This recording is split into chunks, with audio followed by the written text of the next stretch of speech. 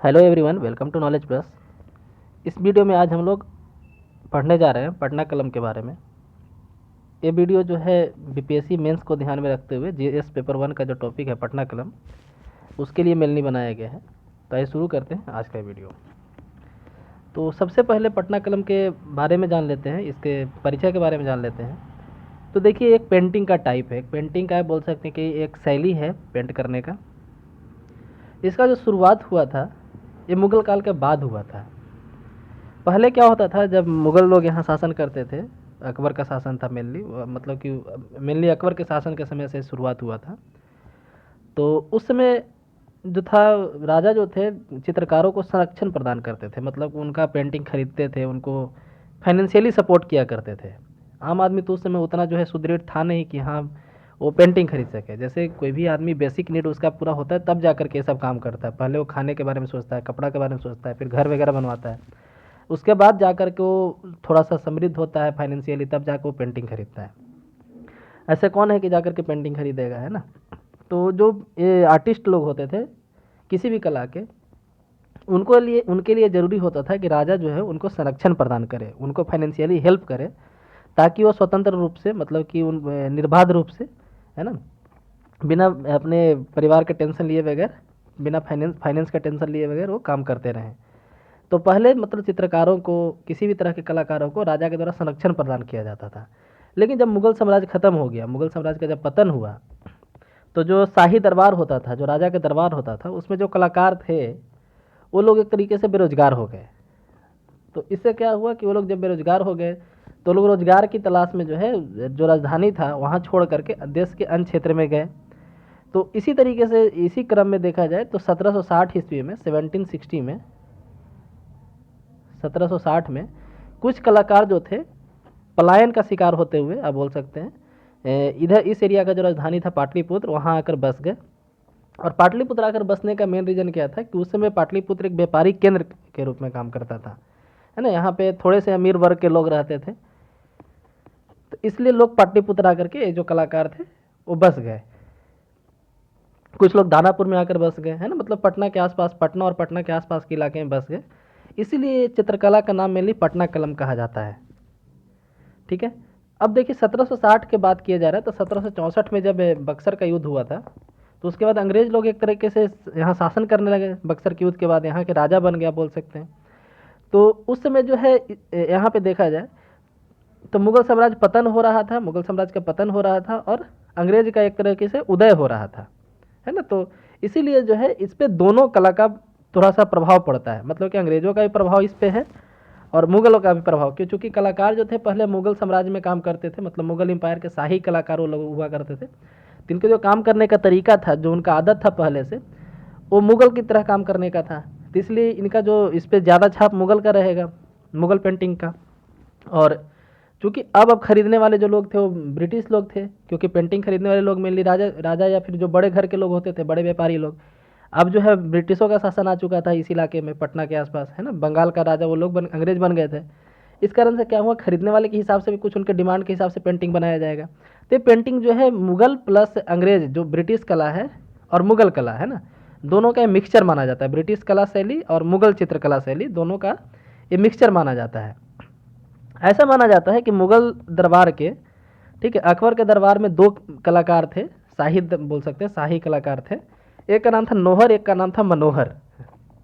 तो दो कलाकार थे, एक का नाम था नौहर, एक मनोहर थे। ये दोनों के द्वारा ही पटना कलम का शुरुआत किया गया था। उस समय देखा जाए तो 18वीं शताब्दी में चित्रकला के तीन ब्रांच थे, या तीन स्कूल थे, ऐसा बोल सकते हैं।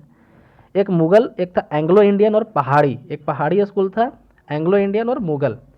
लेकिन पटना कलम जो था ये तीनों में से नहीं आता, तीनों ब्रांच में से नहीं था।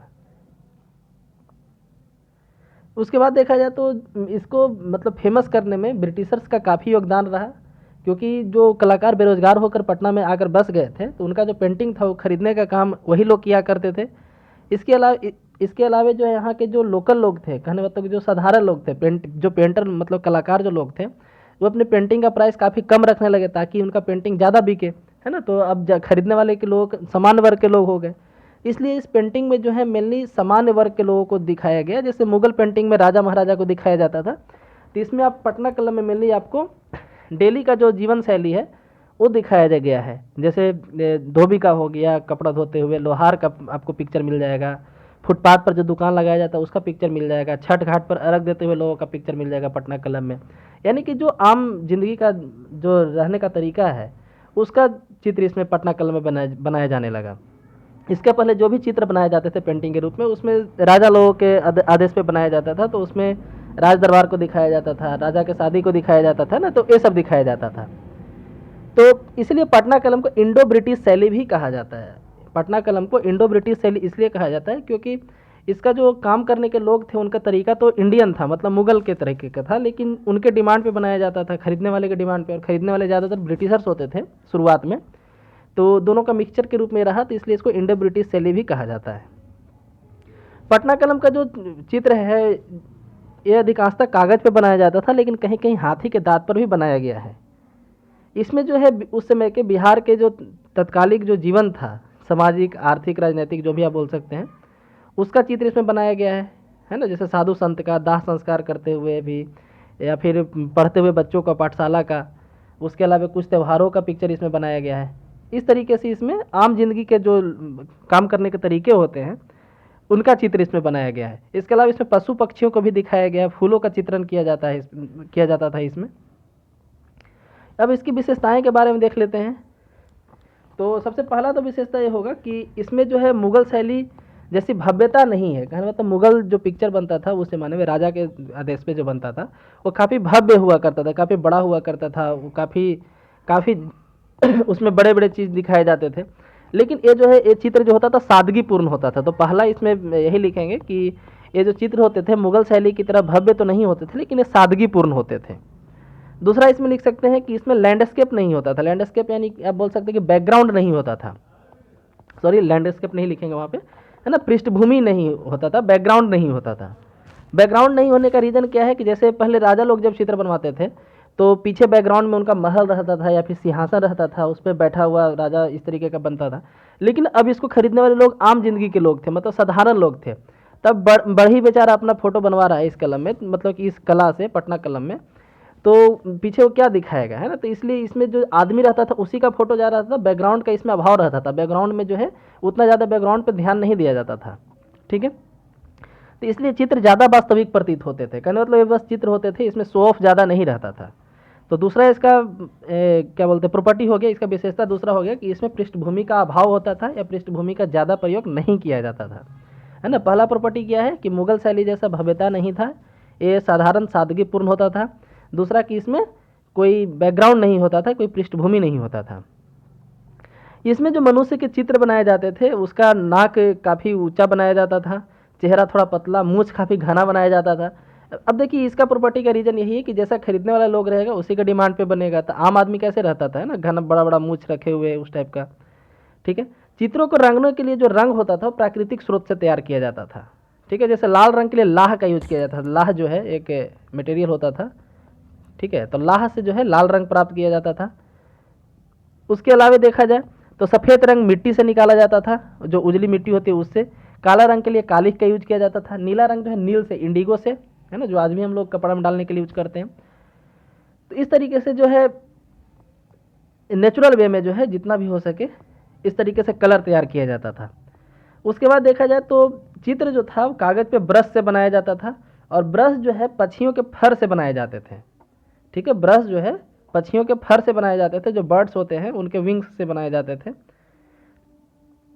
और ब्रश से जो है सीधे और तुरंत कागज पर रंगा जाता था इसको, तो इसलिए इस तकनीक को कजली स्याही बोला जाता है। कजली स्याही क्या है, तो पेंटिंग करने का एक तकनीक है कजली स्याही, आप ऐसे लिख सकते हैं कजली स्याही, है ना। कजली स्याही क्या है, तो ब्रश से सीधे एवं तुरंत कागज पर रंगने की तकनीक जो है उसको हम लोग कजली स्याही बोलते हैं। तो ये सब इसका कुछ प्रॉपर्टी था। और सबसे मतलब कि इंपॉर्टेंट इसका प्रॉपर्टी क्या है कि चित्र को जो रंगने में जो है गाढ़े रंग का प्रयोग नहीं किया जाता था। जैसे जो शाही पेंटिंग होता था उसमें रंगने में गाढ़ा रंग का पेंट यूज किया जाता था, लेकिन इसमें हल्का रंग ज़्यादा यूज किया जाता था, क्योंकि इसमें जो है कोई इसको मतलब बोल सकते हैं राजा का सपोर्ट नहीं था, आम आदमी के द्वारा बनाया जाता था। तो आम आदमी क्या सोचेगा कि जितना कम में हो सके बना ले, है ना। तो इस तरीके से आप याद रख सकते हैं कि कैसा कलम, मतलब कि ऐसा कैसा ये पेंटिंग था। अब आगे इसमें बढ़ते हैं तो कुछ यहाँ पे कलाकारों के नाम आपको याद रखना पड़ेगा। तो पटना कलम के जो अग्रणी कलाकार हैं, मतलब कि जो सबसे पहले वाले कलाकार हैं, उनमें तो मनोहर और मनोहर तो जैसे आपको नाम बता ही दिए कि अकबर के दरबार में मतलब कि ये लोग पहले काम करते थे, बाद में फिर उन्हीं के द्वारा मतलब नोहर और मनोहर के द्वारा ही इसको चालू किया गया था। लेकिन 1760 के बाद जब अब जैसे कि हम बताएं कि जब पलायन चालू हुआ उन लोगों का, तो उसमें मेनली एक जो आता है एक नाम, एक का नाम था सेवक राम, है ना। सेवक राम अग्रणी कलाकार में बात किया जाए तो सबसे पहला जो नाम आता है 1770 के आसपास का कलाकार में, तो उनका नाम आता है सेवक राम। इसके अलावा और भी कई नाम है, एक है फकीरचंद, उसके नाम है नित्यानंद लाल, और फिर महादेव लाल, श्याम बिहारी, ये सब कुछ नाम हैं जो पटना कलम से जुड़े हुए हैं। और एक सबसे बड़ा बात इसमें यह है कि इस शैली के जितने भी चित्रकार होते थे उसमें से अधिकांशतः पुरुष होते थे, इसलिए इस चित्रकला को पुरुषों की चित्रकला भी कहा जाता है ना। इस शैली में जितने कलाकार होते थे वो अधिकांशतः उसमें से पुरुष होते थे, इसलिए इसको पुरुषों की चित्रकला भी कहा जाता है। अब पटना कलम में जो हाथी के दांत पे जो चित्रकारी होता था ना, वो ज़्यादा फेमस हुआ। जैसे पहले आपको बताया कि पटना कलम में हाथी के दांत पे या पेपर पे चित्रकारी किया जाता था, तो हाथी के दांत पे जो चित्रकारी किया जाता था वो काफ़ी फेमस हुआ। उसके अलावा फिर देखा जाए तो और दो नाम यहाँ पे है, एक है लालचंद, एक है गोपाल। ये दो प्रमुख चित्रकार थे जिनको बनारस के जो राजा थे उसमें बनारस के महाराज थे ईश्वर नारायण सिंह, वो बाद में इनको अपने मतलब कि शाही दरबार में इनको रखे थे, इसलिए दो नाम जो है फेमस हो जाता है। उसके अलावा एक और नाम याद रखिएगा जिनका नाम है दल्लू लाल, ये भी काफ़ी मतलब कि फेमस आर्टिस्ट हैं इसमें के, इस पेंटिंग के। उसके बाद एक और दो नाम और आता है, एक है श्यामल आनंद और एक है राधे मोहन प्रसाद। इस शैली के भी प्रमुख कलाकार हैं, और राधे मोहन प्रसाद इसलिए फेमस नाम हो जाता है क्योंकि इन्हीं के द्वारा पटना आर्ट कॉलेज का स्थापना किया गया था, जो पटना में भी आर्ट्स कॉलेज है ना, जहाँ पे कला का पढ़ाई किया जाता है। तो पटना आर्ट्स कॉलेज का स्थापना इन्हीं के द्वारा राधे मोहन प्रसाद के द्वारा ही किया गया था, ठीक है, इसलिए नाम फेमस हो जाता है। वो भी पटना कलम चित्र मतलब कि इसी शैली के चित्रकार थे। और जो सबसे अंतिम नाम माना जाता है कि पटना कलम जिससे मतलब पटना कलम के जो सबसे अंतिम कलाकार थे उनका नाम था ईश्वरी प्रसाद वर्मा।